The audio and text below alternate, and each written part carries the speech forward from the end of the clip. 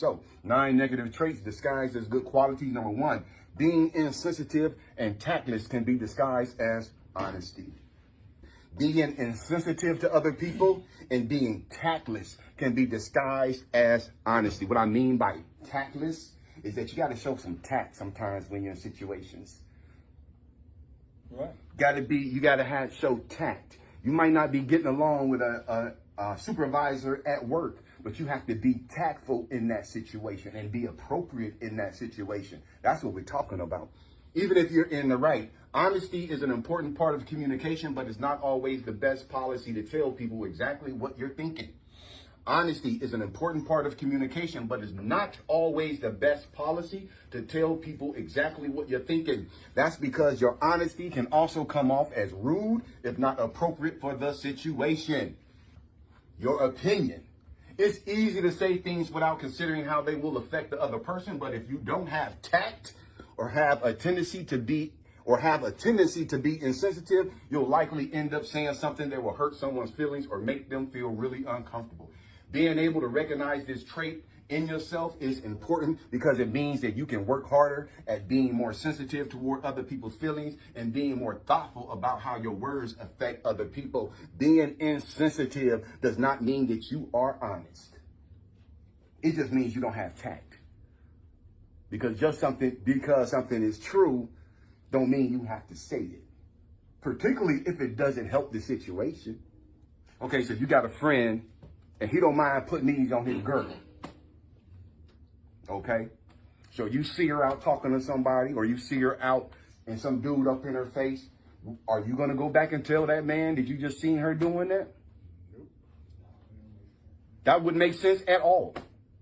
It's not going to help the situation. It ain't going to help your friend. It ain't going to help the lady. Here we go. 9 negative traits disguised as good qualities. Number 2, controlling can be disguised as being organized and detail-oriented. You think you are organized. You think you are detail-oriented when really all you are is a controlling person who wants to control everything. Being organized and detail-oriented are often seen as great qualities to have, but they can also be a sign of something less positive. If you're always the one who takes on the task of organizing and planning events or projects, it's possible that you have a hard time trusting others to do things the way you think is best. You like to micromanage and control everything around you down to the smallest detail, and you get extremely frustrated when other people don't seem to care about getting every single thing right. If you're the type of person who wants everything their way instead of being so controlling, try letting go a bit and trusting others. And trusting that others will get the job done. You might find that you're more capable than you think you might find that they are more capable than you think they are. 9 negative traits disguised as good qualities. Number 3, laziness can be disguised as patience. I'm just being patient. Nah, you might be lazy. Yeah, you waiting on something to arrive. See, but the thing is, because I was talking to somebody the other day saying, yeah, man, once this lawsuit come in, I'm going to do this, and I'm going to do that, and I'm going to do this, and I'm going to do that. But we want to know something? Life don't start when the lawsuit money come in. Life start right now. And if you go into work every day, and you ain't paying rent, you ain't paying bills, and you still ain't got no money saved up, when that lawsuit money comes, you're going to blow right through it. Because life don't start when the money hit the bank. The life starts right now. Laziness can be disguised as patience. The difference between these two qualities can be difficult to recognize, but it's important to do so if you want to avoid letting laziness get in the way of your success. Or you waiting on somebody to do for you what you're supposed to do for yourself. You patient. That's what you think you are. Patiently lazy. Laziness can be disguised as patience. Oh man, I'm gonna ruffle some feathers today. Y'all need it. The difference between these two qualities can be difficult to recognize, but it's important to do so if you want to avoid letting laziness get in the way of your success. Patience means having the ability. Let me tell you what patience is, so you don't get it mixed up no more, okay? Patience means having the ability to wait for something you desire without acting out of frustration or anger. If I'm being patient, that means I'm not angry, I'm not frustrated, and I'm not tripping. The difference between these two qualities, I'm going to stay on this for a minute because this is important. I wanted to sink in.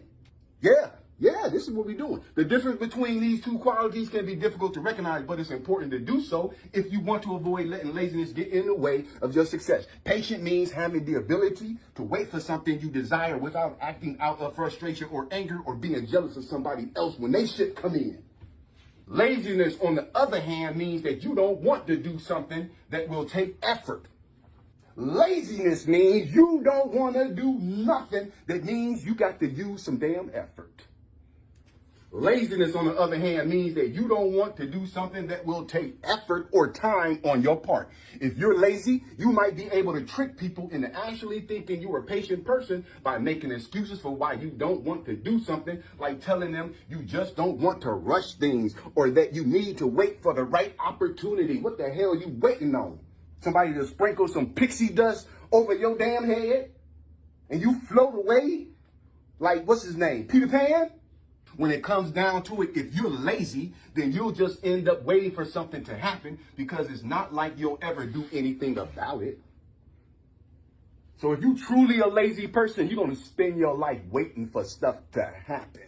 And while you're waiting, you losing ground and you losing time because you ain't no spring chicken and you ain't getting younger. 9 negative traits disguised as good qualities. Number 4, vanity can be disguised as self-confidence. You want to know what the Bible says about vanity? It says God hates a proud look. Did y'all know that? The Bible says God hates a proud look. Vanity can be disguised as self-confidence. Many people are vain, but they don't always know it. Many people are vain, but they don't always know it. This is because vanity is often disguised as self-confidence, and when you're feeling good about yourself, it can be hard to see past the disguise. But if you look close, you'll see that vanity has some telltale signs that can help you recognize it. This is how you recognize vanity. This is how you recognize it. People who are vain make it a point to always dress well and look good. Now, we see that as a good quality, am I right? All right, we disguising a negative quality with good qualities. Come on, here we go. People who are vain make it a point to always dress well and look good. They spend hours in front of the mirror and are overly concerned with their appearance. They typically have a lot of selfies on their phones, and they're the ones who tend to get beauty treatments and plastic surgeries. While there is nothing wrong with caring about how you look, this can be very unattractive and off-putting if taken to extremes. 9 negative traits disguised as good qualities. Number 5, being demanding can be disguised as having high standards. Placing your demands on other people. Well, I just got my high standards. You're going to be my friend. You got to have this, this, and that. If I'm going to date you, you got to be this, this, and that. And there ain't nothing wrong with having high standards, but it's a flip side to that coin. Come on.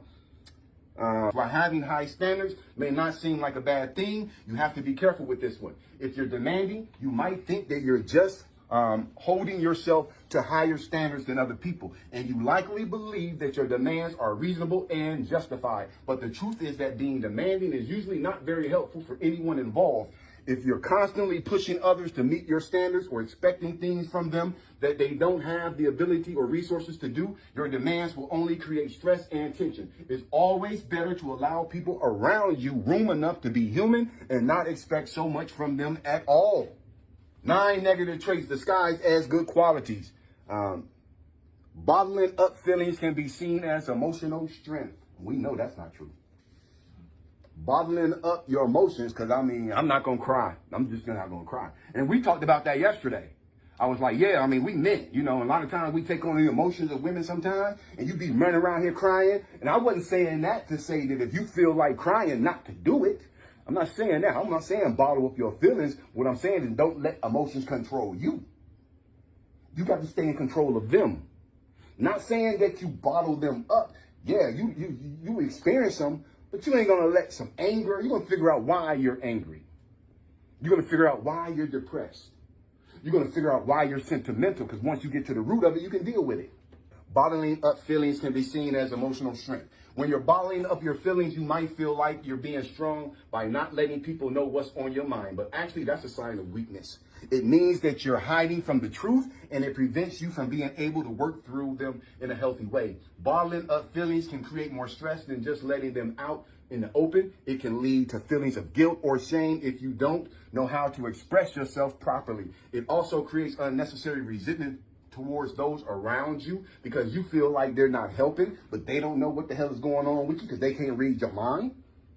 So emotional strength doesn't mean bottling up your feelings. It means being able to express yourself effectively so that others know where you stand with them. 9 negative traits disguised as good qualities. Number 7, being judgmental can be disguised as having good values. Here we go. Of course, having good values is a great thing. It means that you care about the world and you want to make it a better place. The problem starts when you begin to judge other people for things that aren't really worth judging in the first place. When you allow yourself to be judgmental, you are often acting on your own biases and not trusting the other person's ability to make their own decisions. If you're judging someone for having a different opinion, for making certain choices, then you are inherently putting yourself above that person. You are saying that your way is the right way and theirs is wrong. Instead of assuming that someone is making bad choices in life, be thinking about what that person may be going through and how your words and your actions can help them through it. Instead of judging somebody, help them. Instead of criticizing somebody, help that person. 9 negative traits disguised as good qualities. Number 8, being unstable can be disguised as being spontaneous. They don't have a job. They say, I'm just going to go fishing today. Bro, you should be going for a job interview. They got a lot of time on their hands. They just, you know what? I'm going to just do this today. There's no planning. And in some ways, that could be a good thing, though. But to live a lifestyle like that, oh, that's not good. Here we go. Spontaneity can be a good thing. When you're spontaneous, it means you're not being held back by a strict schedule or the need to plan ahead. You are flexible and don't have the need to plan ahead in order to be prepared for the possibility of something that could happen. Sometimes being spontaneous can be a sign of instability, which is not a good thing. If you're constantly changing your mind or making decisions based on your mood instead of logic, that's a red flag. Because if you're tired of your job and you just happen to go into your job one day and they do something to piss you off, I quit. You're being spontaneous and you're not being logical. Because you don't never quit a job, even a job that you don't like that pays you money to go to nothing. You got a job that pays you money and you don't get along with the people that you work with. Before you quit that job, get another job lined up so you can slide right into another job. Because if you don't, you're just going to be broke after that. Spontaneity can be a good thing. When you're spontaneous, it means you're not being held back by a strict schedule or the need to plan ahead. You are flexible and don't have the need to plan ahead in order to be prepared for the possibility of something that could happen. Sometimes being spontaneous can be a sign of instability, which is not a good thing. If you're constantly changing your mind or making decisions based on your mood instead of logic, that's a red flag. You may be a lot more impulsive than you realize, which could lead to trouble in your relationships and career. Spontaneity is good for keeping things interesting, but being unstable can lead to serious problems down the road. An ability to let go can be disguised as loving hard. These are the people who be like, you can't love hard in this generation because they don't appreciate it and they use you. Now, it's a whole lot of people appreciate good people. Yeah, you just choosing the wrong ones. And you probably got a toxic attachment style.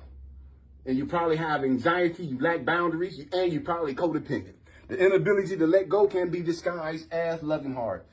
Sentimentality is thought of as having a strong sense of loyalty and commitment to the things you've held dear in the past, and this can be seen as a good thing. But sometimes being sentimental can be a disguise for holding on to things from your past that you should have let go of long ago, whether it's people, places, or things. When you're stuck in a loop of nostalgia, you're unable to adapt to new situations or circumstances because you don't have the capacity, which could cause you to miss opportunities for growth or advancement. It's okay to miss what you've lost, but you shouldn't let those memories continue to hold you back from creating new ones.